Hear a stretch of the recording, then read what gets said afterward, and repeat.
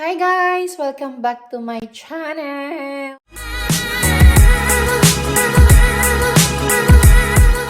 So, bago tayo magmukbang guys, ayan, ipakita ko muna sa inyo ang ating kakaining oyster. Ayan, nabili namin siya sa Foods Cream Market sa halagang $26.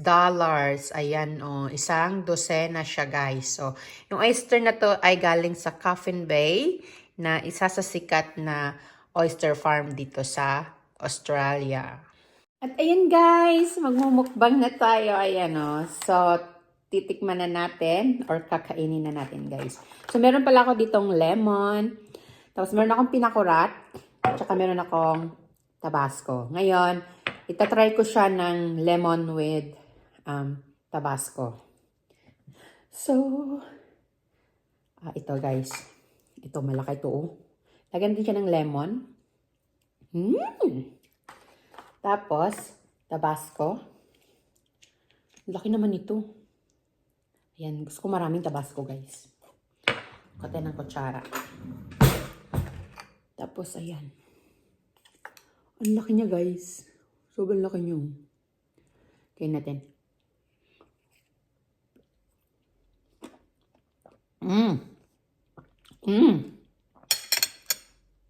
Laki ah.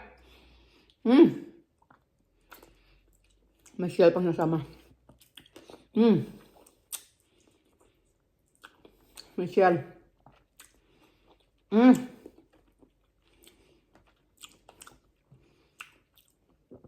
sarap. Ang fresh. Ang sarap. Sarap niya. Ngayon naman ay itry natin yung pinakurat. Kasi meron dito sa Australia na yung restaurant, nag-serve sila ng oyster with pinakurat. Ayan. So, lagyan natin siya ng suka. Oh! Parang nasayang yung pinakurat natin.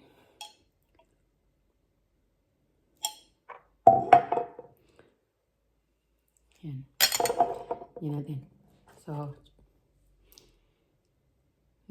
tikman natin. Oh my God! Excited ako guys. Ito. So, may pinakurat ko siya guys.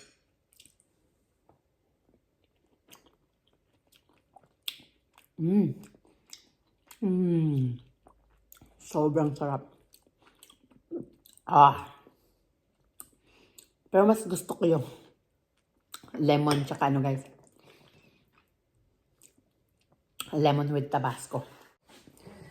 At ayan guys, sasama doon siya sa vlog ko. Kakain din siya ng oyster. So, anong gusto mo dyan? Yan, ang laki, no? Tingin ka muna. Ayan, lagyan natin ng, ano? Mana? Oh, lemon. Then lemon. Oh. Wow. Salt. Salt. Ako wala akong salt. Oh, tama. Okay, try it. Laki naman ito. Sobrang laki nga eh.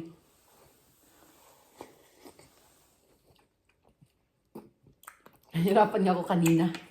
Sarap. Sarap na? Super fresh. Laki.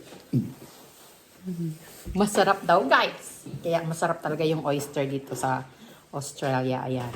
Thanks for watching guys. And don't forget to like and subscribe. See ya. Bye.